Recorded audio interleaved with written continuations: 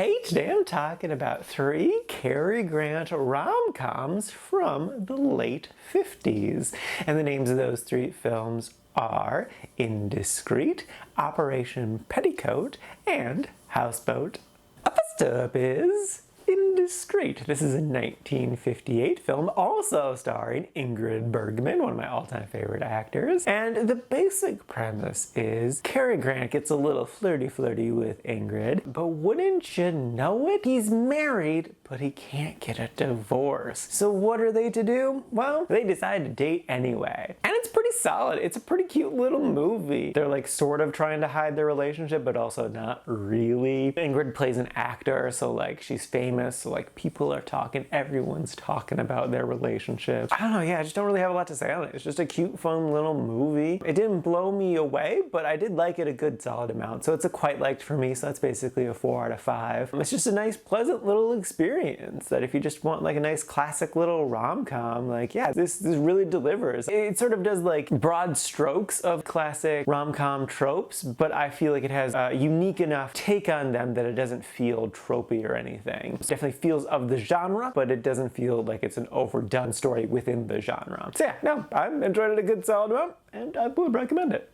Next up is Operation Petticoat. This is a 1959 film, and to say it's a rom-com is a bit of a stretch. It's really more so like a Hogan's Heroes MASH when it's doing more of the comedy type of stuff, type of film where it's the Navy, they have this submarine, it's World War II, everything that can go wrong with it does go wrong. Eventually, Tony Curtis shows up and he's just kind of doing whatever he wants to do in the Navy, and he gets away with everything because he's just so charming and whatnot. It's silly, it's cute, it's definitely a charming little film. I was anticipating more of a rom-com because IMDb did list it as a romance film. And like, there are ladies who do show up, and that is a thing within the film. But it's more so about like the boys doing shenanigans. I will say, I did enjoy the movie, but I wasn't like in the exact right mood for this type of movie. Again, I was expecting more of the romance aspect, whereas like I can definitely really enjoy a film like this. Like I do like that silly sort of vibe from this era of media, but it's not the experience that I was looking for, so I was a little thrown off by it. So I think on a different day, I would have enjoyed this movie even more, but because I kind of got the wrong impression of what it was, it didn't exactly hit me right, if that makes sense. So yeah, I liked it, I enjoyed it, and I would totally recommend it. If you want lighthearted, fun little comedy about silly shenanigans within the armed forces, yeah, this is a delightful little experience. Just don't expect, you know, the strongest romance element. There is romance in there, but it's definitely on the back burner compared to everything else that's going on. So yeah, it's a cute, fun little movie.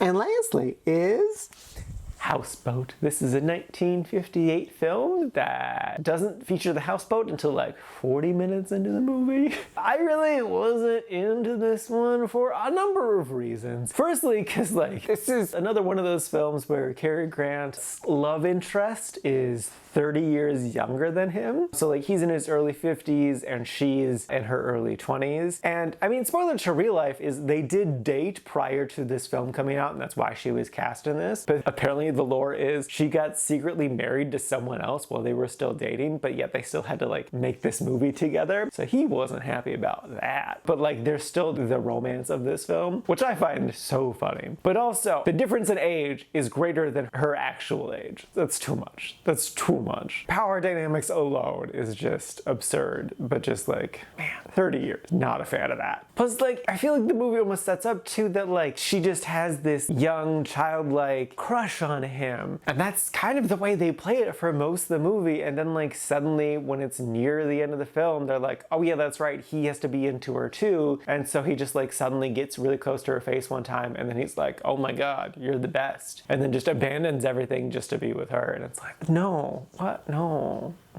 do the other lady. That one was so much better. Well, that one was a little bit better. The age gap was only 20 years. And I really just didn't find it all that funny or interesting. I didn't super care for the romance of it. I did like the look of the houseboat. The houseboat was neat when it did eventually show up. And honestly, the kids in this movie, there's 3 young actors. All of them did solid. I liked what they had going on. I thought they were interesting. I thought the kids performed well. So yeah, no, I didn't super care for this movie, but I also didn't put this in the didn't like. Would I recommend it?